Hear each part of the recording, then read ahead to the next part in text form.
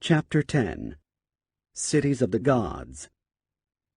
The story of the first settlement of Earth by intelligent beings is a breathtaking saga, no less inspiring than the discovery of America, or the circumnavigation of Earth. It was certainly of greater importance for, as a result of this settlement, we and our civilizations exist today.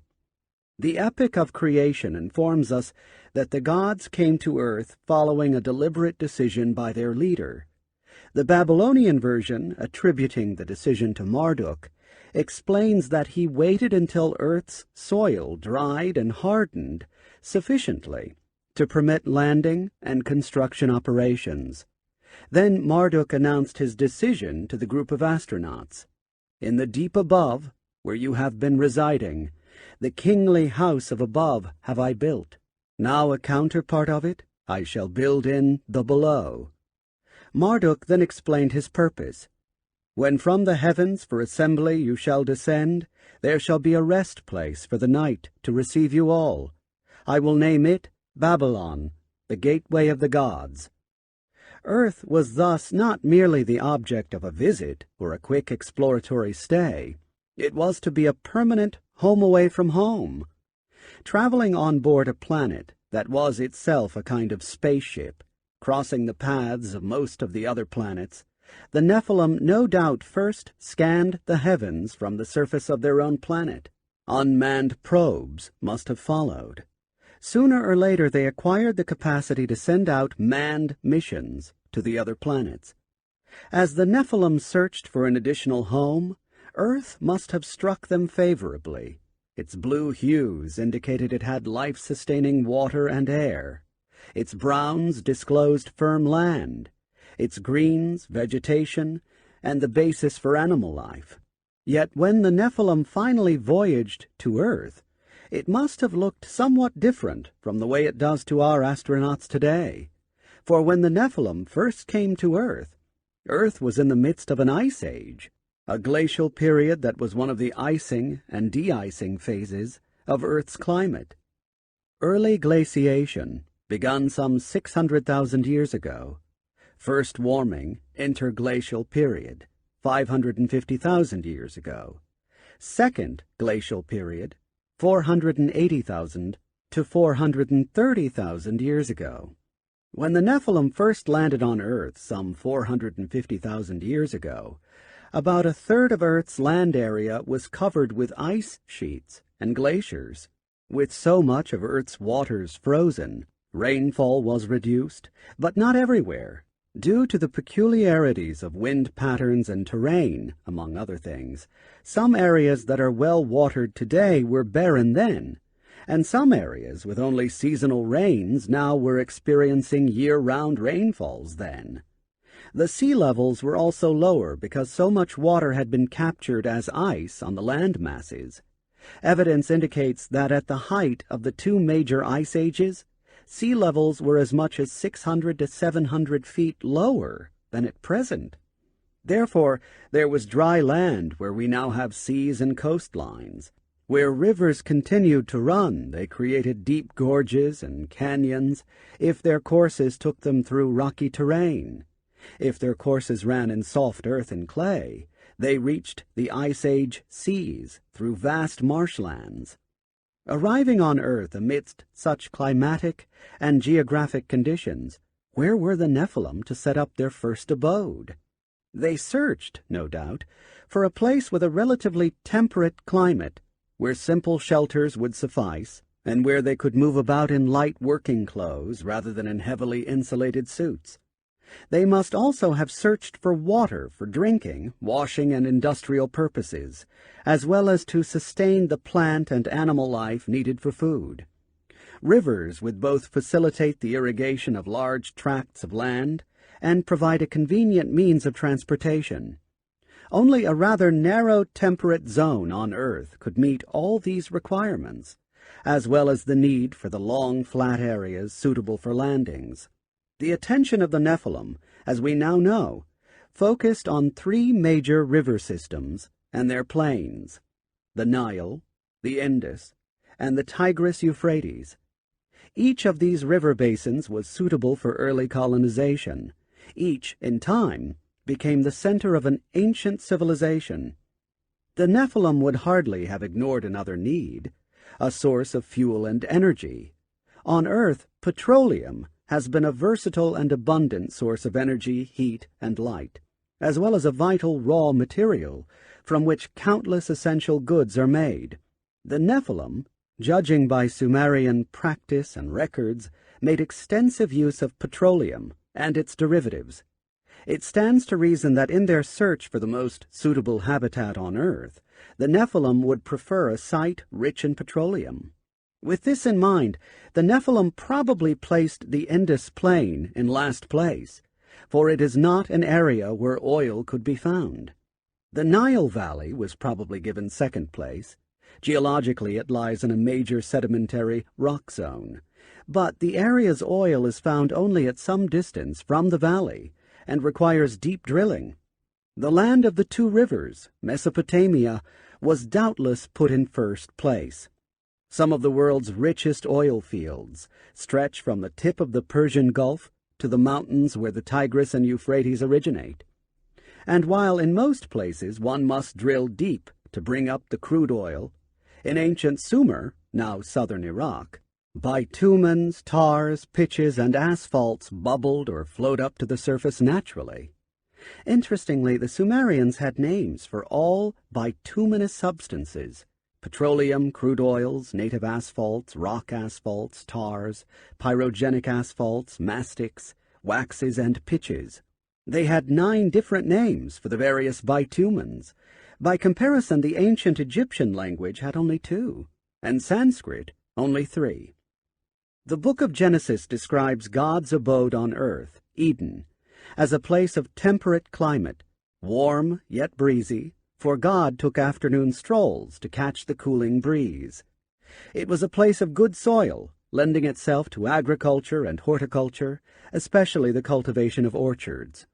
It was a place that drew its waters from a network of 4 rivers, and the name of the 3rd river was Hiddekel, Tigris. It is the one which floweth towards the east of Assyria, and the 4th was the Euphrates. While opinions regarding the identity of the first 2 rivers, Pishon, abundant, and Gihon, which gushes forth, are inconclusive, there is no uncertainty regarding the other 2 rivers, the Tigris and the Euphrates. Some scholars locate Eden in northern Mesopotamia, where the 2 rivers and 2 lesser tributaries originate. Others, such as E.A. Spicer, in The Rivers of Paradise, believe that the 4 streams converged at the head of the Persian Gulf, so that Eden was not in northern but in southern Mesopotamia. The biblical name Eden is of Mesopotamian origin, stemming from the Akkadian Edinu, meaning plain. We recall that the divine title of the ancient gods was Dingur, the righteous, just ones of the rockets. A Sumerian name for the god's abode, Eden, would have meant home of the righteous ones, a fitting description. The selection of Mesopotamia as the home on Earth was probably motivated by at least one other important consideration. Though the Nephilim in time established a spaceport on dry land, some evidence suggests that at least initially they landed by splashing down into the sea in a hermetically sealed capsule.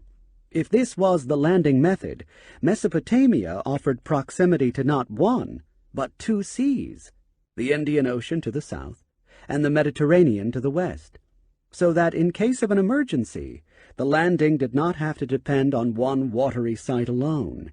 As we shall see, a good bay or gulf from which long sea voyages could be launched was also essential.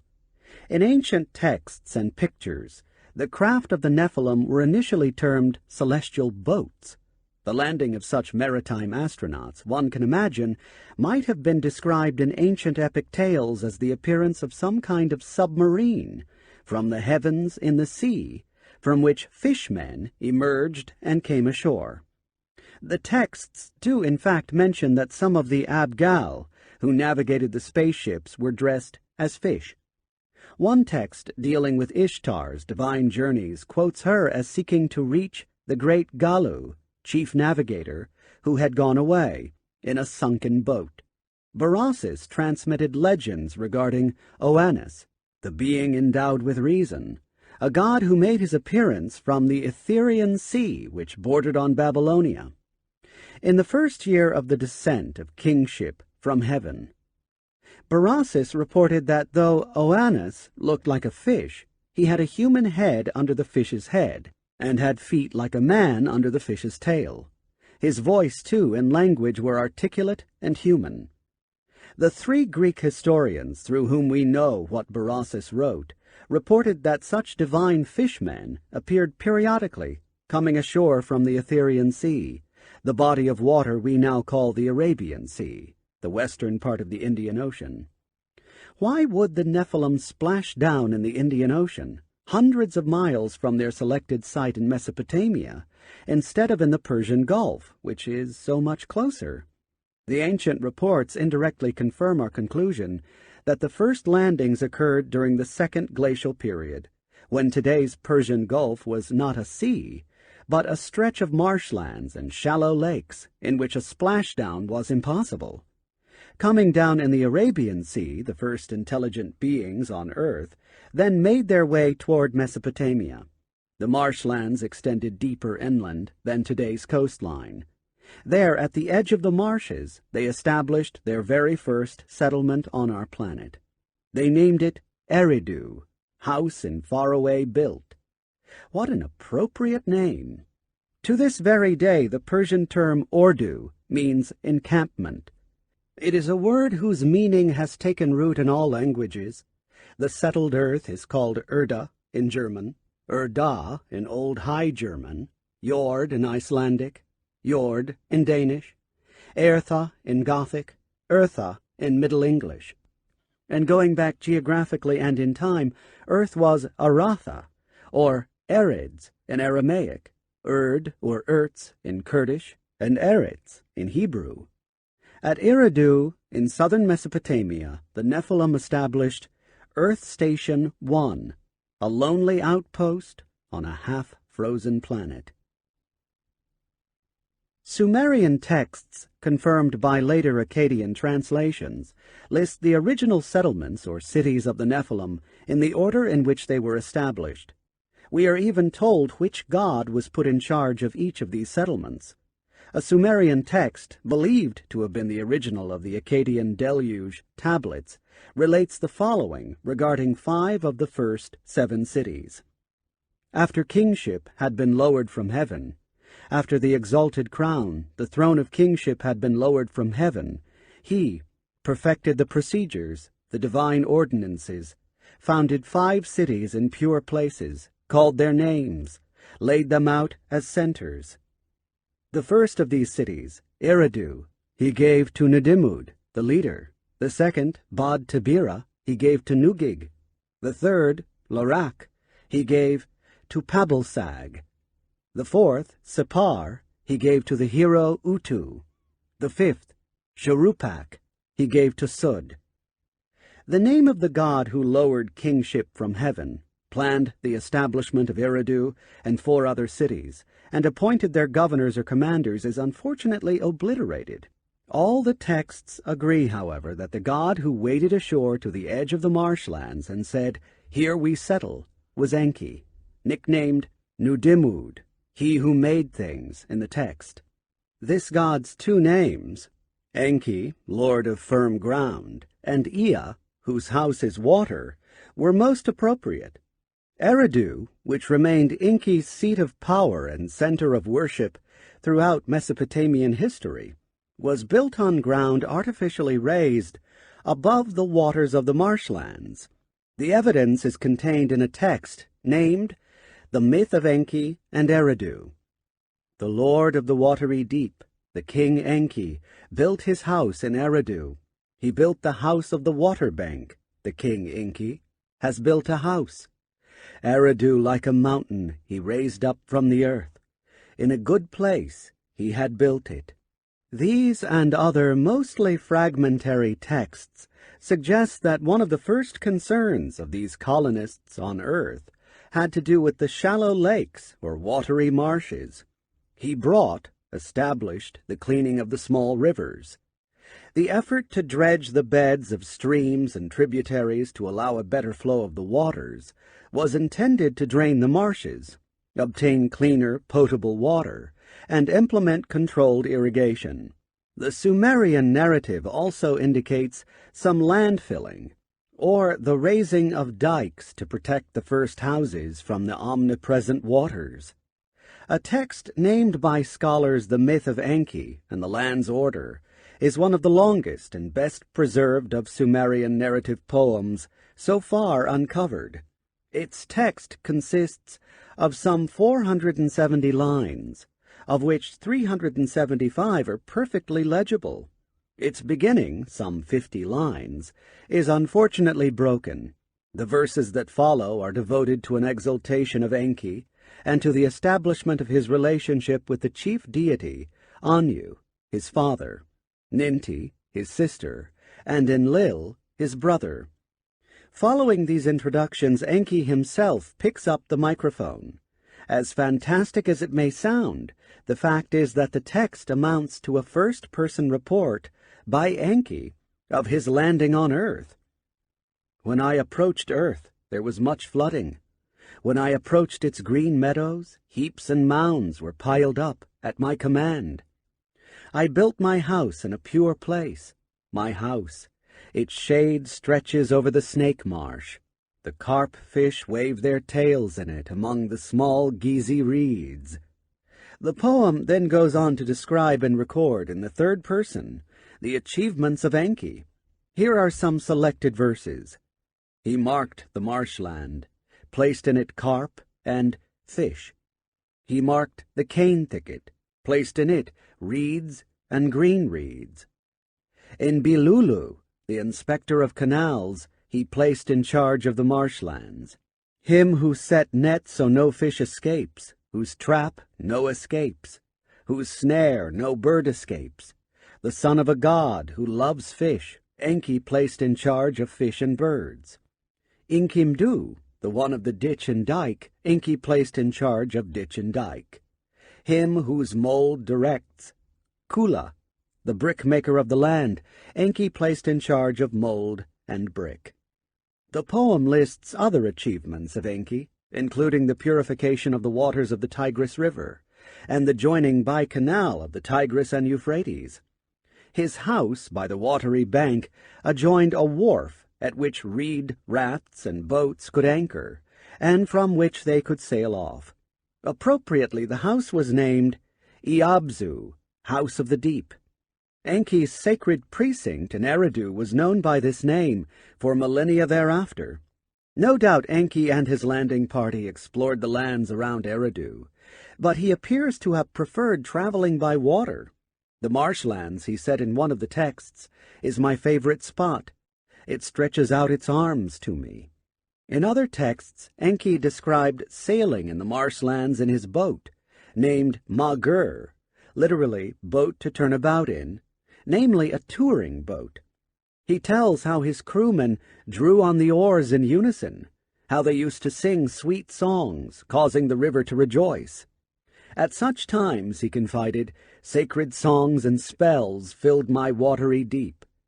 Even such a minor detail as the name of the captain of Enki's boat is recorded.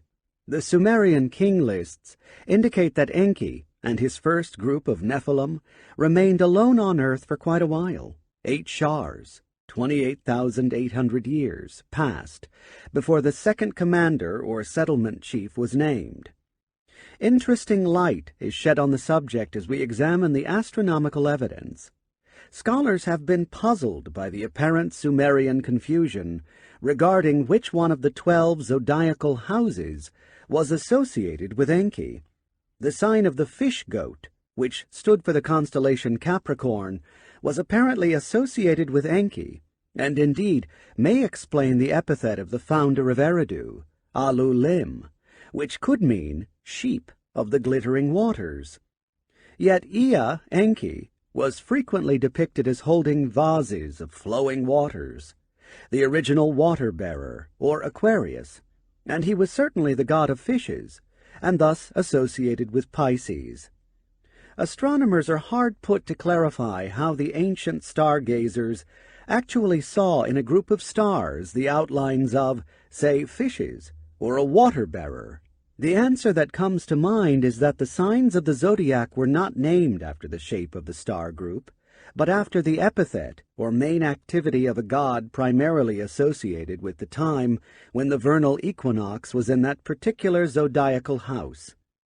If Enki landed on Earth, as we believe, at the end of an age of Pisces, witnessed a processional shift to Aquarius, and stayed through a great year, 25,920 years, until an age of Capricorn began, then he was indeed in sole command on Earth the purported 28,800 years. The reported passage of time also confirms our earlier conclusion that the Nephilim arrived on Earth in the midst of an ice age.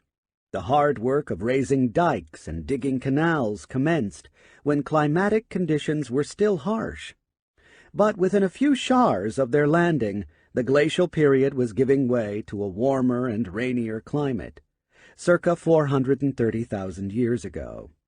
It was then that the Nephilim decided to move farther inland and expand their settlements. Befittingly, the Anunnaki, rank-and-file Nephilim, named the second commander of Eridu Al-Lal-Gar, he who in rain time brought rest. But while Enki was enduring the hardships of a pioneer on Earth, Anu and his other son, Enlil, were watching the developments from the 12th planet.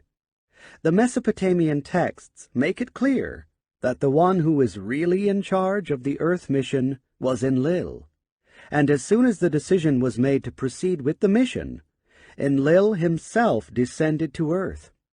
For him, a special settlement or base named Larsa was built by Enkidu, Enki digs deep. When Enlil took personal charge of the place, he was nicknamed Alim, Ram, coinciding with the age of the zodiacal constellation Aries. The establishment of Larsa launched a new phase in the settlement of Earth by the Nephilim.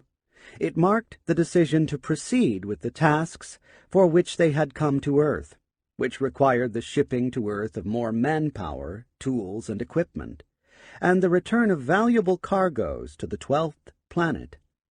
Splashdowns at sea were no longer adequate for such heavier loads. The climatic changes made the interior more accessible.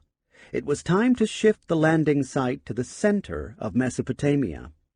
At that juncture, Enlil came to Earth and proceeded from Larsa to establish a mission control center, a sophisticated command post, from which the Nephilim on Earth could coordinate space journeys to and from their home planet, guide in landing shuttlecraft, and perfect their takeoffs and dockings with the spaceship orbiting Earth. The site Enlil selected for this purpose, known for millennia as Nippur, was named by him Nibiru, Earth's crossing. We recall that the celestial site of the 12th planet's closest pass to Earth was called the celestial place of the crossing. There Enlil established the Duranki, the bond heaven-earth. The task was understandably complex and time-consuming. Enlil stayed in Larsa for 6 shars, 21,600 years, while Nippur was under construction. The Nippurian undertaking was also lengthy, as evidenced by the zodiacal nicknames of Enlil.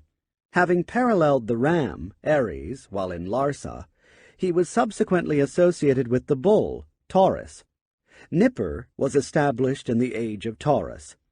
A devotional poem composed as a hymn to Enlil, the all-beneficent, and glorifying Enlil, his consort Ninlil, his city Nippur, and its lofty house, the Ikur, tells us much about Nippur. For one thing, Enlil had at his disposal there some highly sophisticated instruments, a lifted eye, which scans the land, and a lifted beam, which searches the heart of all the land. Nippur, the poem tells us, was protected by awesome weapons.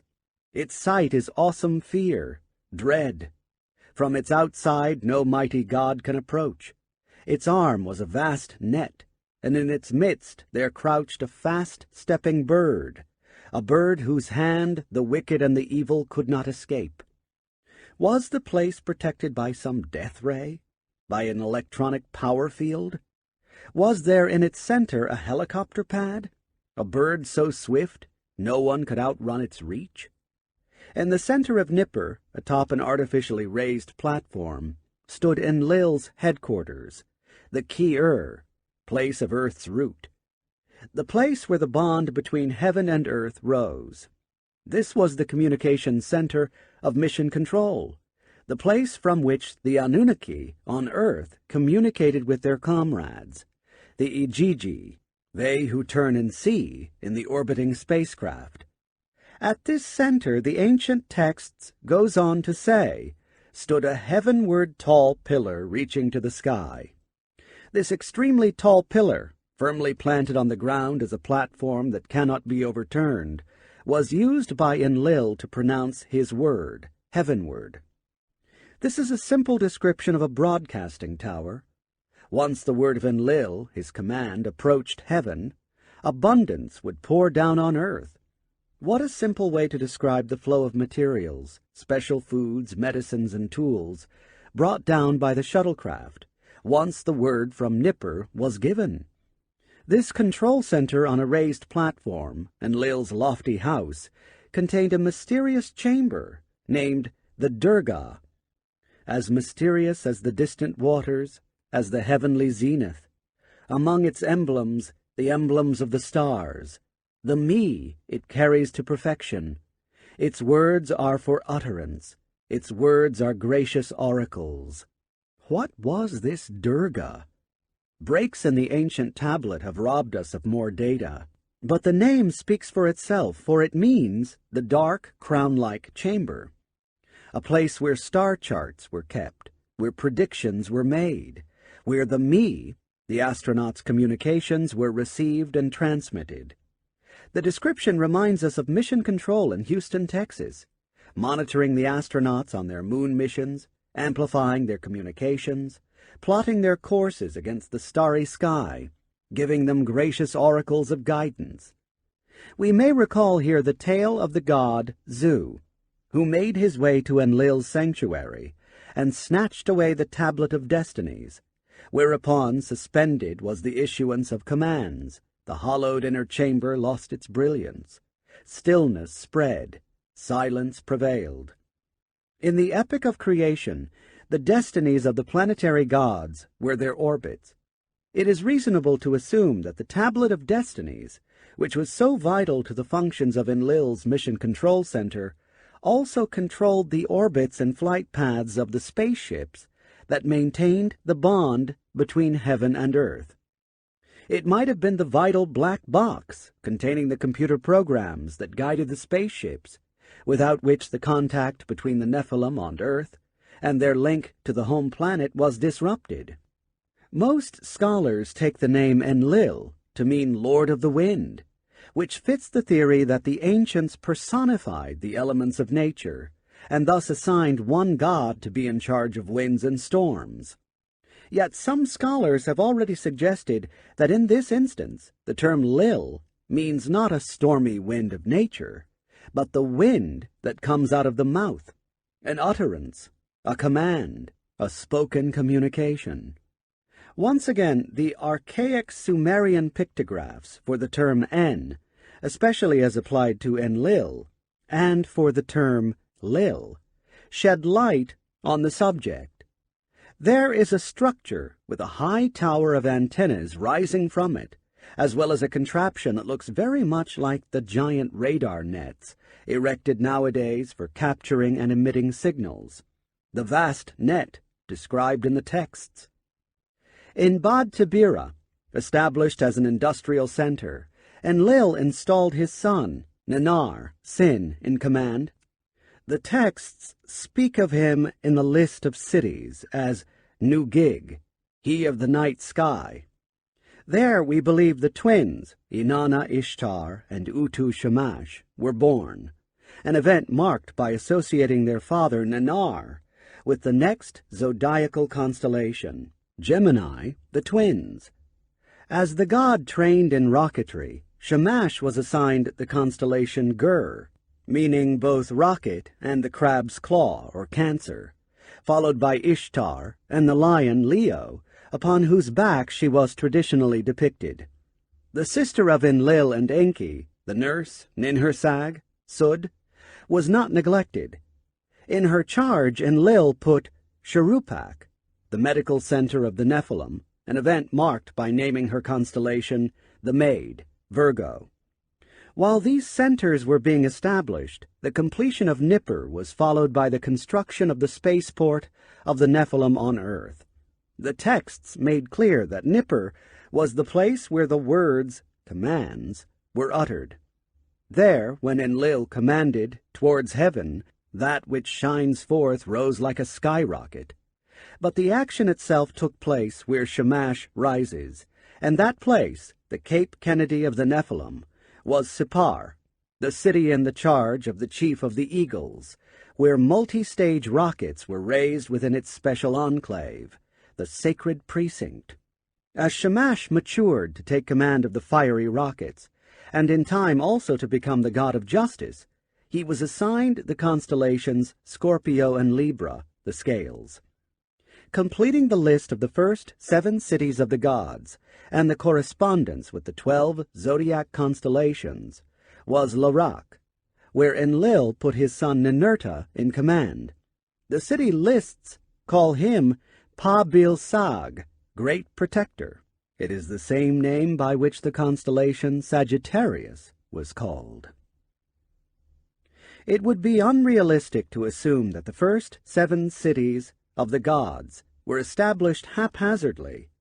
These gods, who were capable of space travel, located the first settlements in accordance with a definite plan, serving a vital need, to be able to land on Earth and to leave Earth for their own planet. What was the master plan? As we searched for an answer, we asked ourselves a question. What is the origin of Earth's astronomical and astrological symbol? A circle bisected by a right-angled cross, the symbol we use to signify target.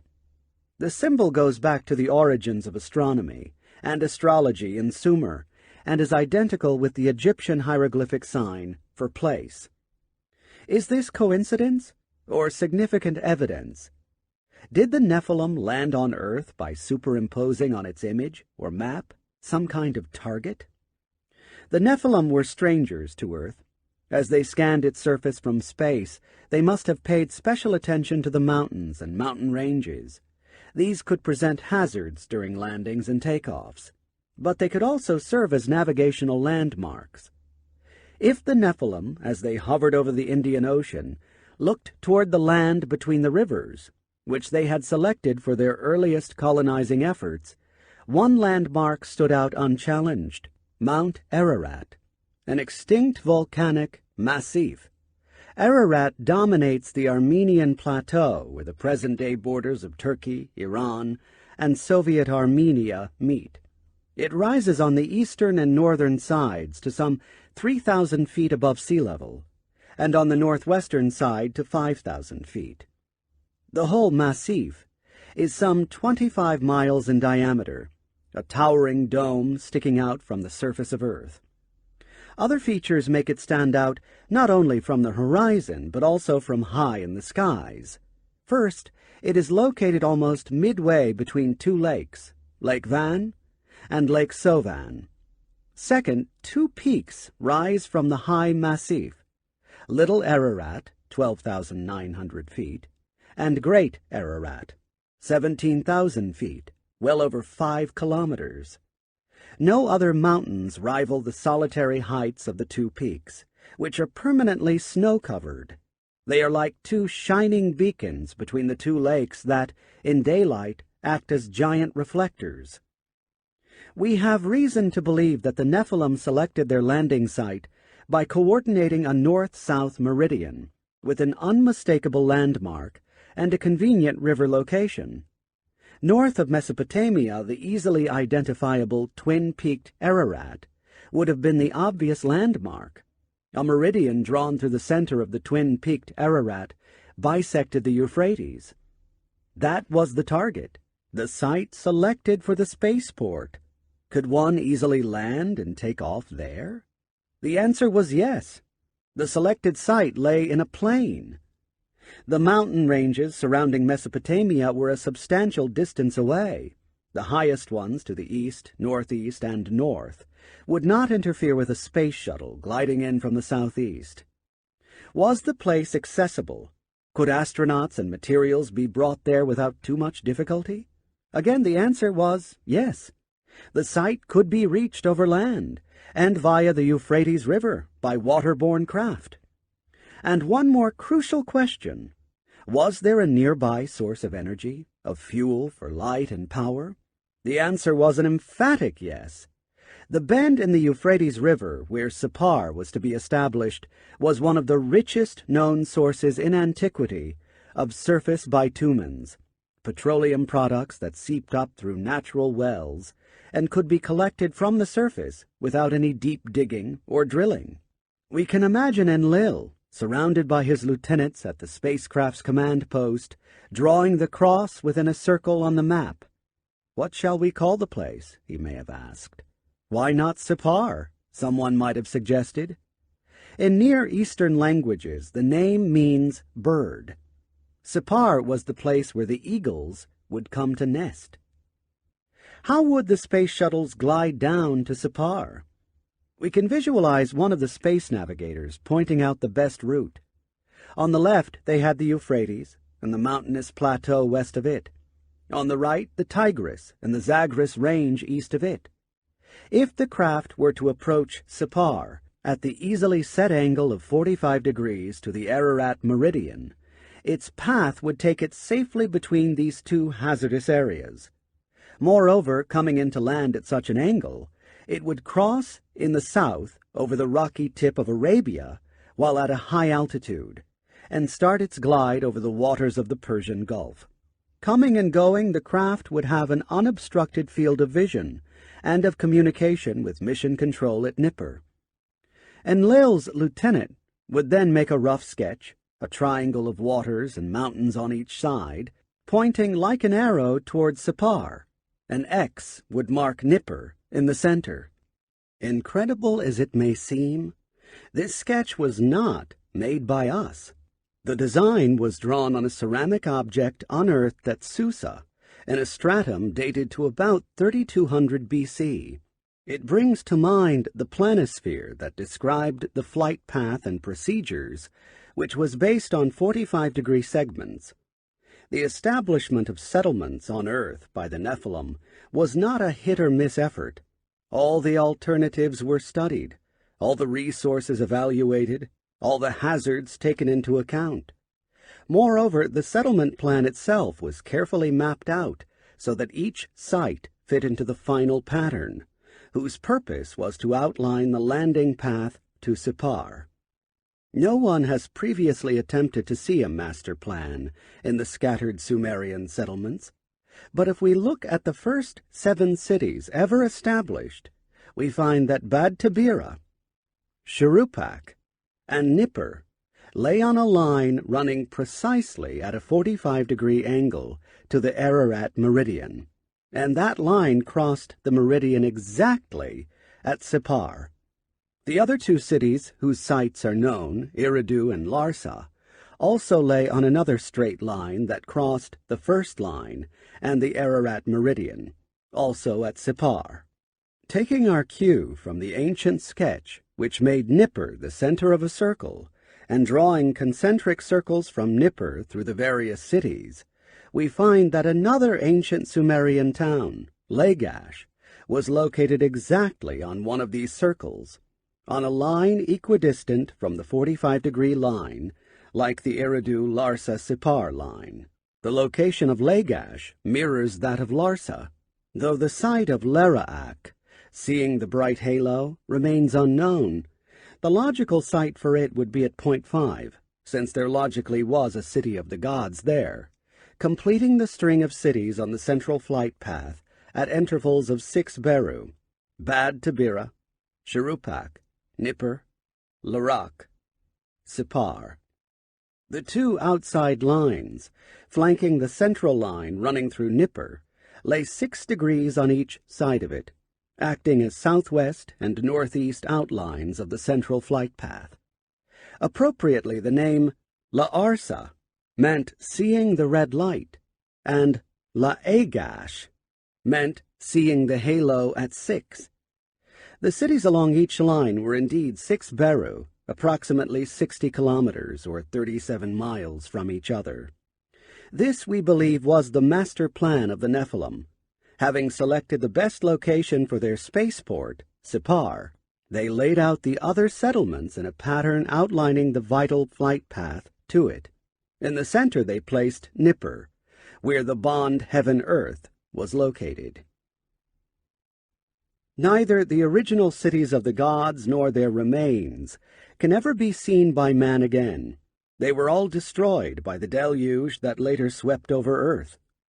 But we can learn much about them, because it was the sacred duty of Mesopotamian kings continuously to rebuild the sacred precincts in exactly the same spot and according to the original plans.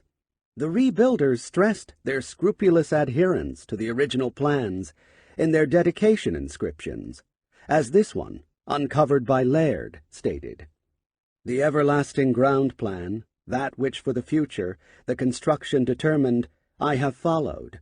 It is the one which bears the drawings from the olden times and the writing of the upper heaven. If Lagash, as we suggest, was one of the cities that served as a landing beacon, then much of the information provided by Gudea in the 3rd millennium BC makes sense. He wrote that when Ninurta instructed him to rebuild the sacred precinct, an accompanying god gave him the architectural plans, drawn on a stone tablet, and a goddess who had traveled between heaven and earth in her chamber showed him a celestial map and instructed him on the astronomical alignments of the structure. In addition to the divine black bird, the god's terrible eye, the great beam that subdues the world to its power, and the world controller, whose sound could reverberate all over, were installed in the sacred precinct. Finally, when the structure was complete, the emblem of Utu was raised upon it, facing toward the rising place of Utu, toward the spaceport at Sipar. All these beaming objects were important to the spaceport's operation, for Utu himself came forth joyfully to inspect the installations when completed. Early Sumerian depictions frequently show massive structures, built in earliest times of reeds and wood, standing in fields among grazing cattle. The current assumption that these were stables for cattle is contradicted by the pillars that are invariably shown protruding from the roofs of such structures. The pillar's purpose was to support one or more pairs of rings, whose function is unstated. But although these structures were erected in the fields, one must question whether they were built to shelter cattle.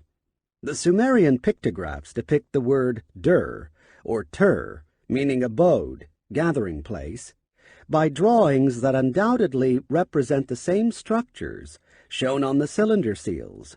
But they make clear that the main feature of the structure was not the huts, but the antenna tower. Similar pillars with rings were posted at temple entrances, within the sacred precincts of the gods, and not only out in the countryside. But were these objects antennas attached to broadcasting equipment? Were the pairs of rings radar emitters, placed in the fields to guide the incoming shuttlecraft? Were the eye-like pillars scanning devices, the all-seeing eyes of the gods of which many texts have spoken? We know that the equipment to which these various devices were connected was portable, for some Sumerian seals depict box-like divine objects being transported by boat or mounted on pack animals, which carried the objects farther inland once the boats had docked. These black boxes, when we see what they looked like, bring to mind the Ark of the Covenant, built by Moses under God's instructions. The chest was to be made of wood, Overlaid with gold both inside and outside, 2 electricity-conducting surfaces were insulated by the wood between them. A caparith, also made of gold, was to be placed above the chest and held up by 2 cherubim cast of solid gold. The nature of the caparith, meaning, scholars speculate, covering, is not clear, but this verse from Exodus suggests its purpose, and I will address thee from above the caparith, from between the 2 cherubim. The implication that the Ark of the Covenant was principally a communications box, electrically operated, is enhanced by the instructions concerning its portability. It was to be carried by means of wooden staves, passed through 4 golden rings. No one was to touch the chest proper, and when one Israelite did touch it, he was killed instantly, as if by a charge of high-voltage electricity. Such apparently supernatural equipment, which made it possible to communicate with a deity, though the deity was physically somewhere else, became objects of veneration, sacred cult symbols. Temples at Lagash, Mari, and other ancient sites included among their devotional objects eye idols. The most outstanding example was found at an eye temple in Telbrak, in northwestern Mesopotamia. This 4th millennium BC temple was so named not only because hundreds of eye symbols were unearthed there, but mainly because the temple's inner sanctum had only one altar, on which a huge stone double-eye symbol was displayed. In all probability, it was a simulation of the actual divine object, Ninurta's terrible eye, or the one at Enlil's mission control center at Nippur, about which the ancient scribe reported, "His raised eye scans the land. His raised beam searches the land." The flat plain of Mesopotamia necessitated, it seems, the artificial raising of platforms on which the space-related equipment was to be placed. Texts and pictorial depictions leave no doubt that the structures ranged from the earliest field huts to the later staged platforms, reached by staircases and sloped ramps that led from a broad lower stage to a narrower upper one, and so on. At the top of the ziggurat, an actual residence for the god was built, surrounded by a flat, walled courtyard to house his bird and weapons. A ziggurat depicted on a cylinder seal not only shows the customary stage-upon-stage construction, it also has 2 ring antennas, whose height appears to have equaled 3 stages. Marduk claimed that the ziggurat and temple compound at Babylon, the Isagil, had been built under his own instructions, also in accordance with the writing of Upper Heaven. A tablet, known as the Smith Tablet, after its decipherer, analyzed by André Perot, established that the 7-stage ziggurat was a perfect square, with the first stage, or base, having sides of 15 gar each. Each successive stage was smaller in area and in height, except the last stage, the god's residence, which was of a greater height. The total height, however, was again equal to 15 gar, so that the complete structure was not only a perfect square, but a perfect cube as well. The gar employed in these measurements was equivalent to 12 short cubits, approximately 6 meters or 20 feet. 2 scholars, H.G. Wood and L.C. Stachini, have shown that the Sumerian sexagesimal base, the number 60, determined all the primary measurements of Mesopotamian ziggurats. Thus each side measured 3 by 60 cubits at its base, and the total was 60 gar. What factor determined the height of each stage? Stachini discovered that if he multiplied the height of the first stage, 5.5 gar, by double cubits, the result was 33, or the approximate latitude of Babylon, 32.5 degrees north. Similarly calculated, the second stage raised the angle of observation to 51 degrees, and each of the succeeding 4 stages raised it by another 6 degrees. The 7th stage thus stood atop a platform raised to 75 degrees above the horizon at Babylon's geographic latitude. This final stage added 15 degrees, letting the observer look straight up at a 90-degree angle. Stachini concluded that each stage acted like a stage of an astronomical observatory, with a predetermined elevation relative to the arc of the sky. There may, of course, have been more hidden considerations in these measurements. While the elevation of 33 degrees was not too accurate for Babylon, it was precise for Sippar. Was there a relationship between the 6-degree elevation at each of 4 stages and the 6 Beru distances between the cities of the gods?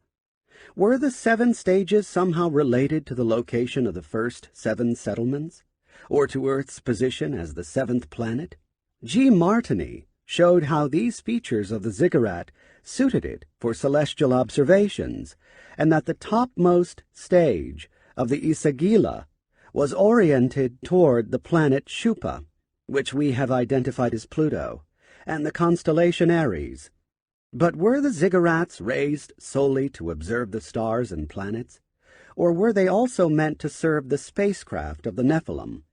All the ziggurats were oriented so that their corners pointed exactly north, south, east, and west. As a result, their sides ran precisely at 45-degree angles to the 4 cardinal directions. This meant that a space shuttle coming in for a landing could follow certain sides of the ziggurat exactly along the flight path and reach Sippar without difficulty. The Akkadian Babylonian name for these structures, Zikkuratu, connoted tube of divine spirit. The Sumerians called the ziggurats Esh. The term denoted supreme or most high, as indeed these structures were. It could also denote a numerical entity relating to the measuring aspect of the ziggurats, and it also meant a heat source, fire in Akkadian and Hebrew. Even scholars who have approached the subject without our space interpretation could not escape the conclusion that the ziggurats had some purpose other than to make the gods' abode a high-rise building. Samuel N. Kramer summed up the scholastic consensus. The ziggurat, the stage tower which became the hallmark of Mesopotamian temple architecture, was intended to serve as a connecting link, both real and symbolic, between the gods in heaven and the mortals on earth. We have shown, however, that the true function of these structures was to connect the gods in heaven with the gods, not the mortals, on earth.